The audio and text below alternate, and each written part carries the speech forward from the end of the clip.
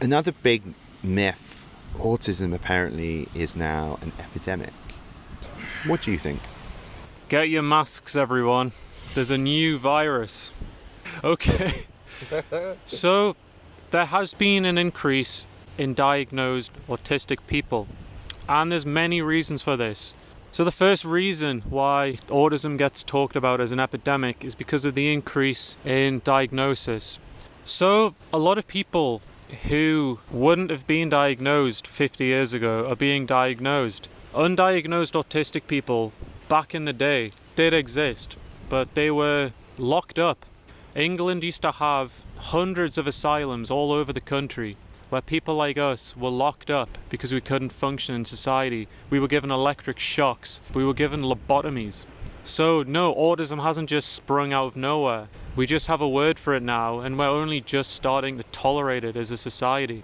My granddad was probably autistic. He suffered his whole life trying to fit the mold of a normal man born in the 1920s. We're just finally getting the rightful recognition. We don't have hundreds of asylums anymore.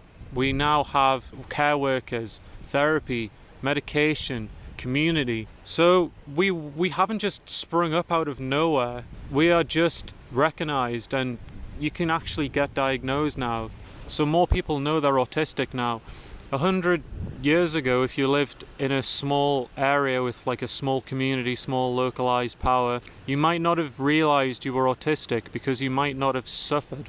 But now, because of the pace of society, the sensory nightmare, a lot more of us realize we are autistic. Because of the society we live in, a diagnosis is essential. So no, autism is not an epidemic. It's just finally being recognized. It's been underdiagnosed for so long, it's finally being corrected.